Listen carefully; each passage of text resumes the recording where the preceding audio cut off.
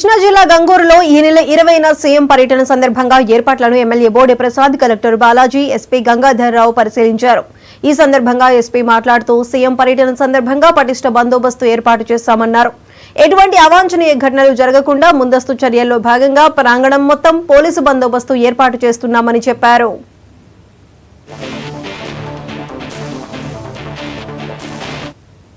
గౌరవ ముఖ్యమంత్రి వర్యులు శ్రీ నారా చంద్రబాబు నాయుడు గారు మన బెంగళూరులో ఉన్నటువంటి రైతు సేవా కేంద్రాన్ని, అట్లాగే ఇక్కడ పబ్లిక్ మీటింగ్ కూడా రైతులతో ఆర్గనైజ్ చేస్తూ ఉన్నారు. అట్లాగే మనకి దగ్గరలో ఉన్నటువంటి ఒక రైస్ మిల్ విజిట్ కూడా జరిగి వీటన్నింటికి ఏర్పాట్లు ప్రారంభమైనాయి.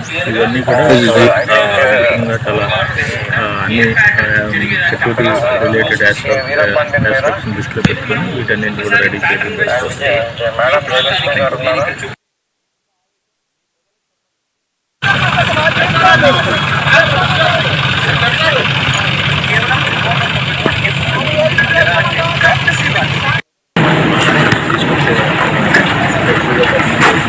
Yeah.